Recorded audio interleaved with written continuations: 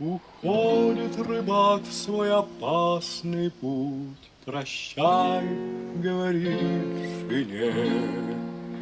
Может, придется ему отдохнуть, уснув на песчаном дне.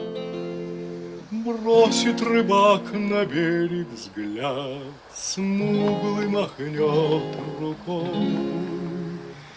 Если рыбак не пришел назад, он в море нашел покой. Лучше лежать во мгле, в синей прохладной мгле, чем мучиться